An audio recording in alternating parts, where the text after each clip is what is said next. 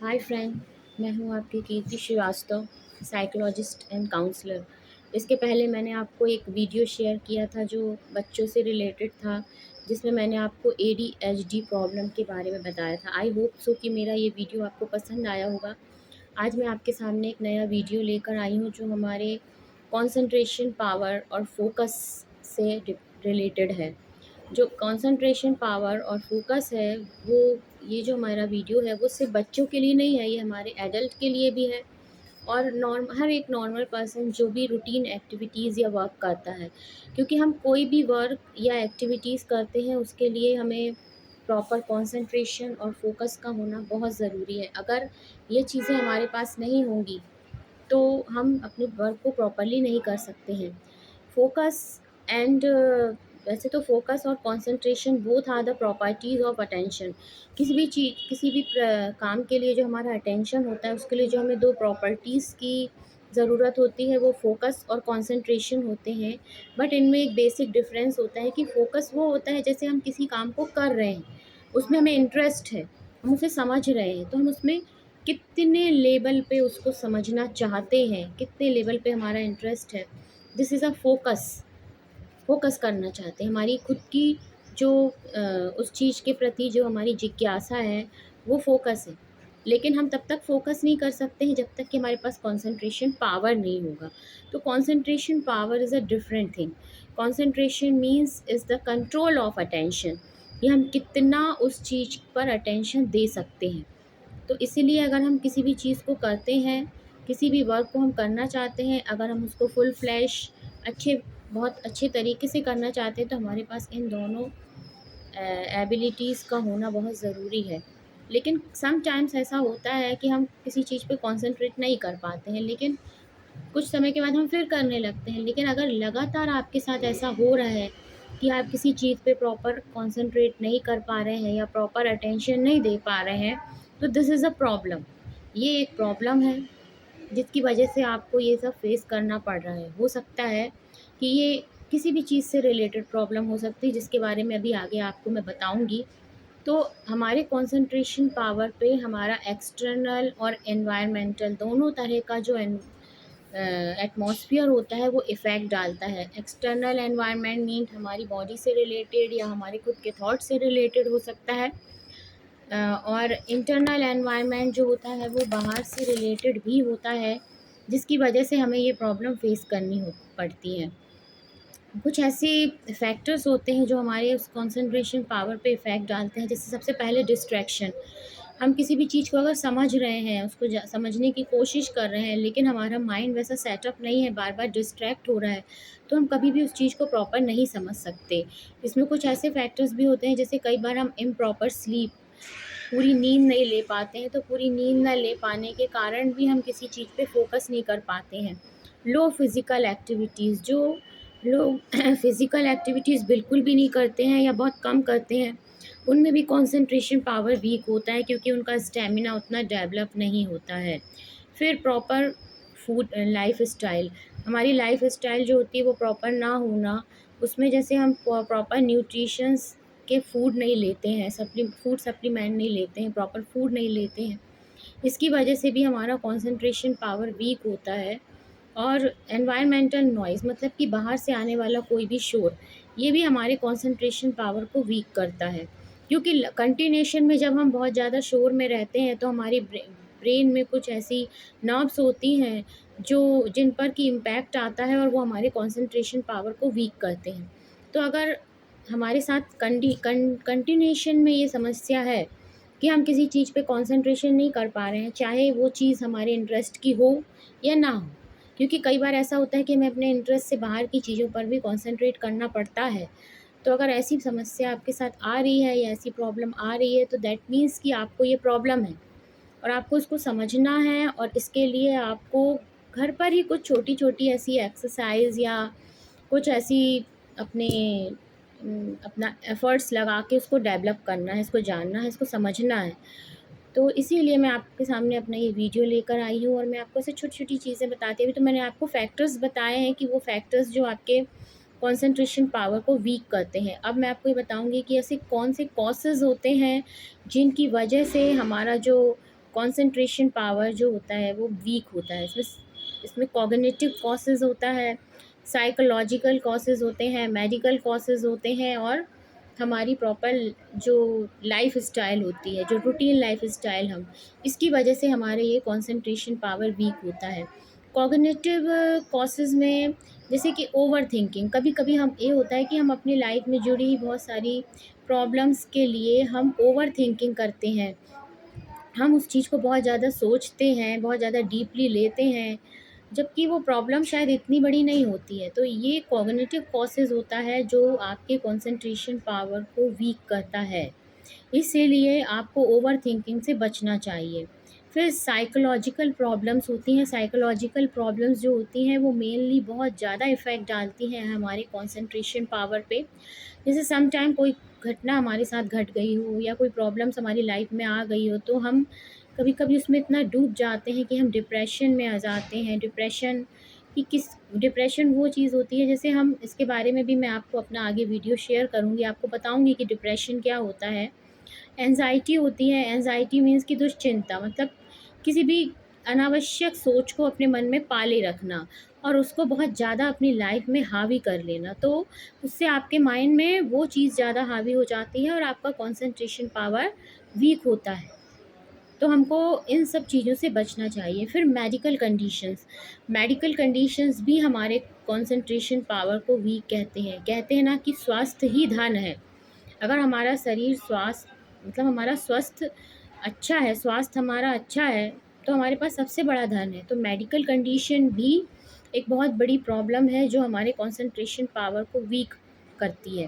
मतलब जैसे हमारे अगर हमें डायबिटीज़ है या हम हाई ब्लड प्रेशर के मरीज़ हैं या हम बहुत ज़्यादा मेडिसिन लेते हैं जो कि स्टेरॉइड होती हैं या दर्द निवारक दवाएँ लेते हैं, तो वो भी हमारे कंसंट्रेशन पावर को वीक करते हैं। तो मतलब बहुत अधिक मात्रा में इन दवाओं का सेवन करने से कंसंट्रेशन पावर वीक होता है। उसके साथ-साथ मैं आपको एक बहुत इम्पोर्टेंट बात बताना चाहती हूँ कि अगर हमारे रेड ब्लड सेल काउंट कम होता है, तो भी हमारा कंसंट्रेशन पावर वीक होता है। ये चीज़ हम समझ नहीं पाते हैं।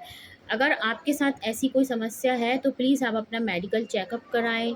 मेडिकल चेकअप में आपका hormonal imbalance, red blood cell count का कम होना, ये 2 ऐसी प्रॉब्लम है जिन्हें जनरली हम नहीं जानते। डायबिटीज़, हाई ब्लड प्रेशर या मेडिसिन लेना, ये तो हमें पता है, लेकिन अगर ये 2 प्रॉब्लम्स भी कई बार हमारे साथ रहने से हमारा कंसंट्रेशन पावर स्ट्रॉन्ग नहीं हो पाता है और इसलिए हमारा किसी चीज़ में फ़ोकस भी नहीं हो पाता और हम कंसंट्रेट भी नहीं कर पाते। फिर आपका है रूटीन लाइफ़स्टाइल अगर आपका अच्छा नहीं है या गड़बड़ है, उसमें डिसिप्लिन नहीं है, तो भी आपका कंसंट्रेशन पावर वीक होगा।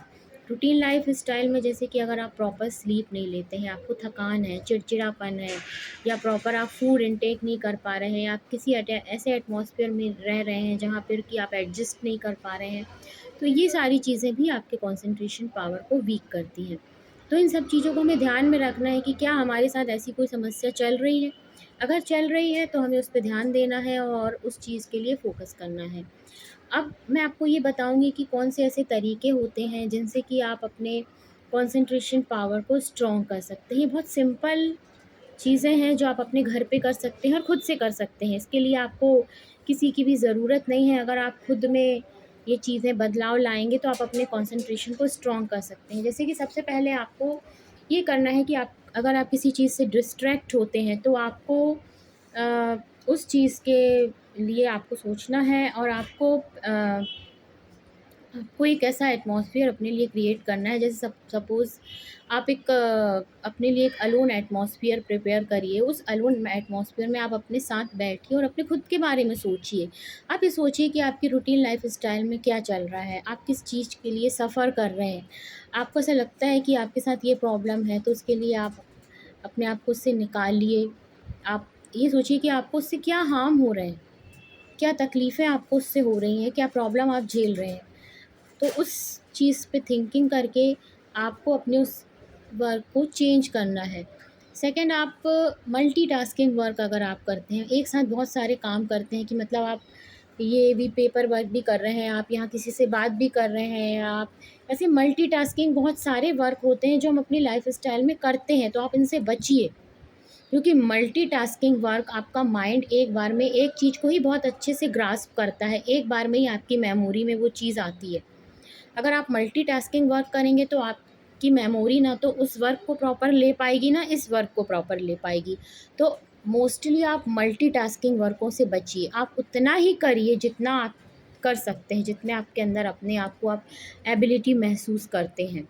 फिर कई हमारे बाज़ार में ऐसे गेम होते हैं जो मल्टीटास्किंग वर्क सॉरी आपको जो माइंड फैक्टर्स को डेवलप करने के लिए कुछ ऐसे गेम्स आते हैं जो आपके माइंड को डेवलप करने, जैसे सुडोकू है या पज़ल्स हैं या चेस है, कैरम है, इस तरह के वर्क आप इस तरह के रूटीन जो गेम्स होते हैं वो अपने वर्क एक्टिविटीज़ में इन्वॉल्व करिए ताकि आप अपने उस कंसंट्रेशन पावर को स्ट्रॉन्ग कर सकें। फिर जब भी आप फ़ोकस करिए आप उस मोमेंट को जिससे आपको बहुत हैप्पी फ़ील हुआ हो।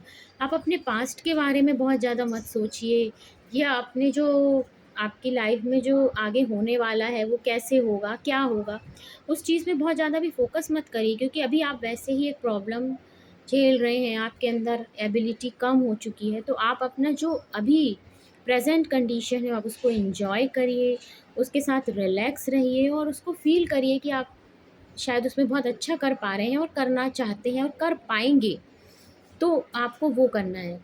Get more sleep. आप ज़्यादा से ज़्यादा मतलब आप ये मैं नहीं कहना चाहती हूँ कि आप ओवर स्लीप करिए या आप आफ्टरनून में सो जाइए, बट मोर स्लीप। कम से कम आप 7 से 8 घंटे की स्लीप नींद लीजिए अपने घर में, आराम से सोइए। जब आप अगर आपको ऐसा लगता है कि आपको स्लीप नहीं आ रही है, प्रॉब्लम है, तो आप कभी भी मेडिसिन यूज़ मत करिए। ब्लू डिम लाइट का यूज़ करिए या स्लो म्यूज़िक सुनिए या कुछ भी ऐसी चीज़ों के बारे में सोचिए जो आपको हैप्पी फ़ील कराते हैं। तो आपको मोर स्लीप लेना है, मतलब जो 7 से 8 घंटे की नींद होती है वो प्रॉपर लेना है ताकि आपका माइंड उस तरह से उस चीज़ के लिए आपको कंसंट्रेट करने के लिए प्रेशराइज़ कर सके। फिर आपको अपने प्रॉपर रूटीन वर्क में एक शॉर्ट ब्रेक लेना है। छोटा-सा एक रूटीन वर्क जो आप करते हैं उसमें ज़रूरी नहीं है कि आप एक बहुत लंबा, लेकिन आप एक ऐसा शॉर्ट ब्रेक लीजिए और वो अगर आपके पास कोई फ्रेंड्स हैं, सर्कल है तो आप उसके साथ एंजॉय करिए। नहीं तो अलोन भी आप एंजॉय कर सकते हैं, कहीं लॉन्ग ड्राइव पे जाइए, कुछ ऐसा अलग एक्टिविटीज़ करिए जिससे कि आपके ब्रेन को कुछ हैप्पी फ़ील हो सके। मीन्स कि हम अगर अपना कंसंट्रेशन पावर स्ट्रॉन्ग करना चाहते हैं तो हमें अपने माइंड को यहाँ पर अपने माइंड को हमको रिलैक्स करना है, हैप्पी फ़ील कराना है। आप अपने आप को नेचर से कनेक्ट करिए क्योंकि ग्रीन प्लांट हमारे वो फ्रेंड्स हैं कह सकते हैं जो कि हमें हमारे अंदर हमारे ब्रेन को ही नहीं, हमारी आँखों को, हमारी बॉडी को बहुत रिफ़्रेश फ़ील कराते हैं। तो आप नेचर में जाइए, नेचर के साथ रहिए, कुछ समय वहाँ बिताइए, अकेले में बैठिए, उनको देखिए। तो इससे आपको एक प्रॉपर एटमॉस्फेयर मिलेगा अपने आप को शार्प करने का। फिर आप कुछ एक्सरसाइज़ करिए, म्यूज़िक सुनिए, स्लो म्यूज़िक सुनिए, अच्छा खाना लीजिए, प्रॉपर डाइट लीजिए जिसमें आपको न्यूट्रिशन मिल सके। आप अपनी एक डो डेली रूटीन लाइफ़ है उसको सेट करिए। इसका मतलब ये नहीं होता है कि आपको बहुत ज़्यादा पज़ल होना है, लेकिन एक आप उसको एक सेट कर सकते हैं कि आप इस टाइम पे उठ रहे हैं, खाना खा रहे हैं, फ्रेंड से मिल रहे हैं, बात कर रहे हैं, आप ये वर्क भी कर रहे हैं प्रॉपरली, ये भी कर रहे हैं और उसको अपने माइंड में रखिए। जब आप रात में सोते हैं, सोचिए कि आज मैंने अपनी डेली रूटीन लाइफ़ में ये वर्क किया। उसको धीरे-धीरे आप अपनी रूटीन लाइफ़ में लाते जाइए। इससे आपकी एक डेली रूटीन लाइफ़ सेट होती जाएगी, तो इससे आपका कंसंट्रेशन पावर स्ट्रॉन्ग होगा। फिर आ आप अपने वर्क में एक स्पेस दीजिए। इसका मतलब ये नहीं होता है कि आपको उसके लिए कहीं जाना है। जैसे आप बहुत लॉन्ग टाइम में कोई वर्क करते हैं, तो वहीं बैठ के 10 या 15 मिनट के लिए अपने आप को एक स्पेस दीजिए। उस वर्क से एक स्पेस दीजिए और थोड़े टाइम के लिए उसको स्टॉप कर दीजिए। उसमें से कुछ ऐसा करिए जिससे कि आपको वहाँ पे बेटर फ़ील हो सके। आप अपनी कुछ अगर वर्क करते हैं तो उसके लिए टाइमर का यूज़ करिए। जैसे कि आप कोई वर्क कर रहे हैं तो उसके लिए आप अपने मोबाइल में या अलार्म क्लॉक में एक टाइमर सेट कर दीजिए कि आपको 40 मिनट्स तक ये वर्क करना है और फिर इसको इस तरह से करना है। उसका एक स्ट्रैटेजी बनाइए तो इससे आपको धीरे-धीरे ये समझ में आएगा कि आपके कंसंट्रेशन पावर में जो हो रहा है वो स्ट्रॉन्ग हो रहा है। ये सिंपल चीज़ें हैं जो आप अपने घर में या कहीं भी खुद के अंदर बदलाव लाके कर सकते हैं। हम ये सब जानते हैं, पर क्या होता है कि हम कई बार ऐसा होता है कि मोटिवेशन के अभाव में हमको प्रॉपर कोई मोटिवेट करने वाला नहीं मिलता और हम परेशान रहते हैं कि हमारा प्रॉपर कंसंट्रेशन नहीं हो पा रहा है, हमें फ़ोकस नहीं हो पा रहा है, हम इस चीज़ पे प्रॉपर ध्यान नहीं दे पा रहे हैं, हमारे साथ ये क्यों हो रहा है, हम चिड़चिड़ाने लगते हैं, हमारी लाइफ में बदलाव आने लगते हैं, हम अपने आस-पास के एनवायरनमेंट से घबराने लगते हैं। ये सब छोटी-छोटी साइकोलॉजिकल प्रॉब्लम्स हैं, जिन्हें हमें समझना है और इन्हें दूर करना है। अगर आप इन पर ध्यान दे के, इन छोटी-छोटी बातों को समझ के अपने अंदर बदलाव लाएँगे तो बेटर फ़ील करेंगे, क्योंकि कंसंट्रेशन और फ़ोकस, जैसे मैंने आपको पहले एडीएचडी बताया था, तो वो बच्चों के लिए एक बहुत कॉमन प्रॉब्लम है। अगर बच्चे में वो चीज़ें होंगी, तो बच्चा प्रॉपर वर्क नहीं कर सकता। ये मैं चीज़ जो है बच्चों के लिए, एडल्ट के लिए, बूढ़े, हर एज ग्रुप के लोगों के लिए बता रही हूँ कि अगर हम किसी चीज़ में प्रॉपर फ़ोकस नहीं कर पाएँगे, प्रॉपर अटेंशन नहीं दे पाएँगे, तो ज़ाहिर-सी बात है कि हमारे अंदर झल्लाहट आएगी। हम अ, हम अपने आस-पास के एनवायरनमेंट में रिलैक्स फ़ील नहीं करेंगे। तो अगर हमको अपने अंदर अटेंशन गेन करने की इन दोनों प्रॉपर्टीज़ को बढ़ाना है, तो मेरी इन बातों को ध्यान रखिए, अपनी रूटीन लाइफ़स्टाइल में इसको शामिल करिए।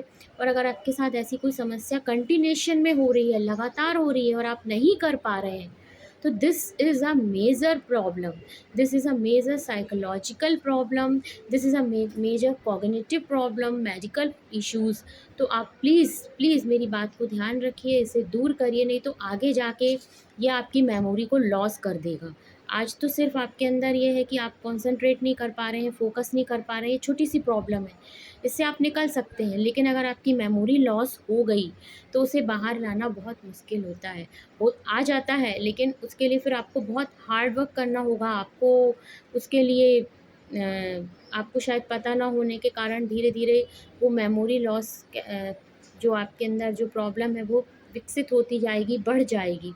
तो बेटर है कि हम उस कंडीशन में आएँ, इसके पहले ही हम अपने आप को गियर अप करें, अपनी कंसंट्रेशन पावर को डेवलप करें, ताकि हम किसी चीज़ पे फ़ोकस कर सकें। तो focus means ability to grasp, मतलब किसी भी चीज़ को कितना हमें ग्रास्प करना है, किस लेवल पे हमें उसे समझना है। और concentration is a ability to focus, is a control of attention, means both are different thing but it's the same, is the same for the attention gaining things. तो आप अपनी इन दोनों चीज़ों को डेवलप करिए, मेरी बताई हुई इन ट्रिक्स को अपनी लाइफ़स्टाइल में शामिल करिए। और अगर मेरा ये वीडियो आपको पसंद आया है, तो प्लीज़ मुझे लाइक और सब्सक्राइब करिए। आगे ही भी मैं आपके ऐसे वीडियो लेकर आती रहूँगी और आपको नई-नई चीज़ें बताती रहूँगी। थैंक्स।